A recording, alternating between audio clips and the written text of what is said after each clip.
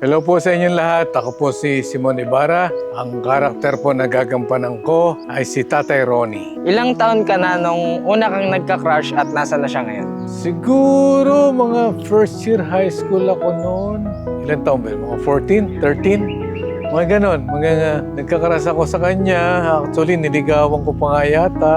Well, alam niyo na, nung panahon namin, mid-80s, pagka-crush, biro-biroan lang, ang ligawan. So, tingin-tinginan lang, konting udyukan lang ng mga kaibigan. Ganun lang kami noon. Kung nasaan na siya ngayon, hindi ko na alam. Wala akong idea kung ano na nangyari sa buhay niya. Do you believe in destiny pagdating sa love?